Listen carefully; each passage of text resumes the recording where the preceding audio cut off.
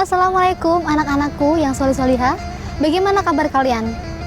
Masih semangat puasa di hari terakhir bulan Ramadan? Alhamdulillah. Baiklah anak-anakku, kali ini Bu Vivi akan melanjutkan kisah yang kemarin ya. Di episode ke-29, kira-kira Bu Vivi akan menceritakan tentang apa? Ada yang bisa tebak? Ya, Bu Vivi akan bercerita tentang ketika bumi dan langit bersedih. Mengapa ya bisa begitu? Baiklah, daripada makin penasaran, yuk kita simak bersama-sama kisah kali ini. Pada tanggal 29 Safar tahun 11 Hijriah, Rasulullah Shallallahu Alaihi Wasallam berziarah ke perkuburan Baqi. Saat itu dalam perjalanan pulang, beliau sakit kepala dan juga demam tinggi, hingga para sahabat bisa merasakan panas dari penutup kepala beliau. Meski demikian, Rasulullah Shallallahu Alaihi Wasallam tetap sholat berjamaah di masjid, kecuali 2 atau 3 hari terakhir sebelum beliau wafat. Sakit Rasulullah semakin menggelisahkan para sahabat. Dalam hati mereka timbul perasaan tidak rela ditinggalkan manusia yang paling mereka cintai melebihi cinta mereka pada diri mereka sendiri. 5 hari sebelum wafat, suhu tubuh Rasulullah SAW terus meninggi hingga beliau pingsan. Setelah sadar, beliau meminta sahabat untuk mengguyurkan air ke tubuhnya. Air itu berasal dari sumur yang berbeda. Guyurkan air kepadaku agar aku sanggup keluar menemui orang-orang, karena aku ingin berpesan kepada mereka, kata Rasulullah SAW. Ketika itu beliau merasa sakitnya sedikit berkurang. Lalu beliau masuk ke masjid dengan selendang dan selimut di kedua bahunya. Kepala beliau diikat dengan sehelai kain. Beliau pun duduk di atas mimbar dan mulai berbicara. Barang siapa pernah kupukul punggungnya, maka ini punggungku, silahkan dibalas. Barang siapa pernah kucederai kehormatannya, maka ini kehormatanku, silahkan dibalas. Lanjut Rasulullah SAW. Seluruh sahabat terdiam membisu.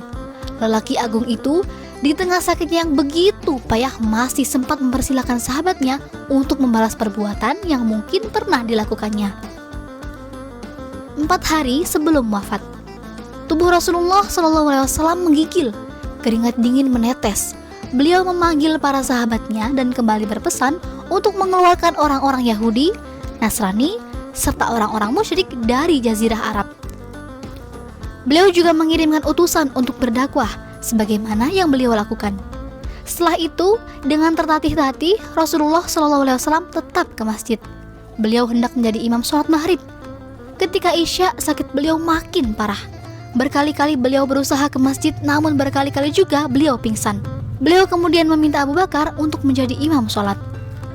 2 hari sebelum wafat, hari Sabtu dan Ahad itu rasa sakit Rasulullah SAW berkurang. Para sahabat begitu bahagia ketika melihat Rasulullah SAW dipapah menuju masjid. Abu Bakar tetap menjadi imam sholat, dan Rasulullah pun sholat sambil duduk. Sehari sebelum wafat, Rasulullah SAW memerdekakan para budak dan menyedekahkan seluruh harta yang masih tersisa. Nah, di hari terakhir, suara azan Bilal memecah keheningan subuh. Rasulullah SAW menyingkap tirai. Beliau memandang dan tersenyum kepada para sahabat. Tak terkata kebahagiaan para sahabat melihatnya. Mereka mengira Rasulullah SAW mulai sehat. Akan tetapi, ternyata itu adalah pandangan dan senyuman perpisahan, karena tak ada lagi salat Rasulullah SAW setelah itu. Ketika duha, Rasulullah SAW memanggil putrinya, ya, Fatimah. Beliau membisikkan sesuatu kepadanya. Fatimah pun menangis. Kemudian Rasulullah SAW membisikkannya lagi, dan Fatimah pun tersenyum. Fatimah ditanya mengapa dia menangis dan tersenyum. Fatimah pun menjawab, Rasulullah membisikkanku bahwa beliau akan wafat, maka aku menangis. Dan beliau membisikku lagi bahwa aku adalah orang pertama dari keluarganya yang akan menyusul, sehingga aku tersenyum. Sakit Rasulullah SAW semakin berat. Terasa pula pengaruh makanan beracun dari wanita Yahudi saat perang Khaybar 4 tahun lalu. Beliau terus saja berpesan dengan terbata-bata kepada para sahabatnya, "Sholat, sholat, dan hamba sahayamu." Aisyah, istri Rasulullah SAW, menyandarkan tubuh Rasulullah SAW ke badannya. Rasulullah pun menggosok gigi atau bersiwak dibantu oleh Aisyah. Selepas bersiwak, beliau mengusapkan air ke wajahnya sambil berkata pelan, La ilaha illallah. Sesungguhnya setiap kematian ada sekaratnya. Rasulullah SAW lalu mengangkat tangannya.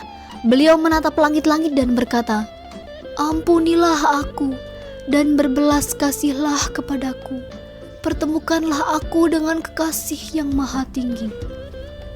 Rasulullah SAW mengulangi kalimat itu hingga 3 kali. Kemudian beliau pun wafat. Saat itu hari Senin 12 Rabiul Awal 11 Hijriah, hari dan tanggal yang sama ketika beliau dilahirkan 63 tahun lalu. Inna lillahi wa inna ilaihi raji'un. Hari itu bumi dan langit pun berduka.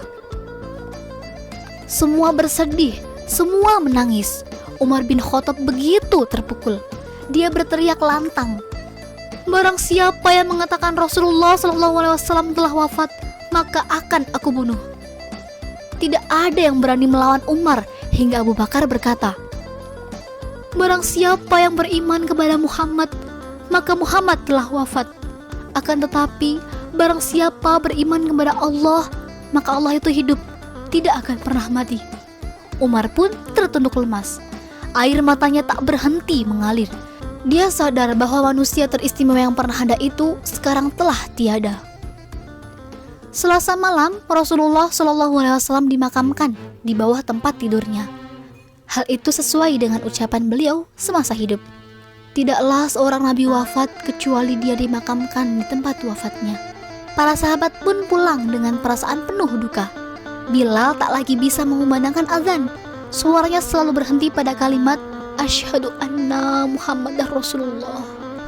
Tuntas sudah tugas dakwah Rasulullah SAW. Selama 63 tahun, Allah Subhanahu wa Ta'ala titipkan manusia agung itu untuk membahagiakan dan menyelamatkan seluruh umat manusia. Tidak ada lagi wajah teduh dan senyuman yang begitu penuh kasih sayang. Akan tetapi, beliau meninggalkan mukjizat terbesar, yaitu Al-Quran dan As-Sunnah. Beliau mewariskannya kepada kita agar kita mengikutinya. Allahumma sholli ala Sayyidina Muhammad. Demikianlah anak-anakku akhir dari kisah kali ini. Alhamdulillah ya, dari awal sampai akhir Sirah Nabawiyah sudah kita lalui bersama. Semoga kita bisa mengambil teladan dari baginda kita Nabi Muhammad SAW. Dan tidak terasa kita sudah berada di penghujung bulan Ramadan. Dari Bu Vivi mewakili tim kreatif SD Muhammadiyah Sudagaran Wonosobo mengucapkan selamat Hari Raya Idul Fitri 1444 Hijriah. Minal aidin wal faizin, mohon maaf lahir dan batin. Sampai jumpa. Wassalamualaikum warahmatullahi wabarakatuh.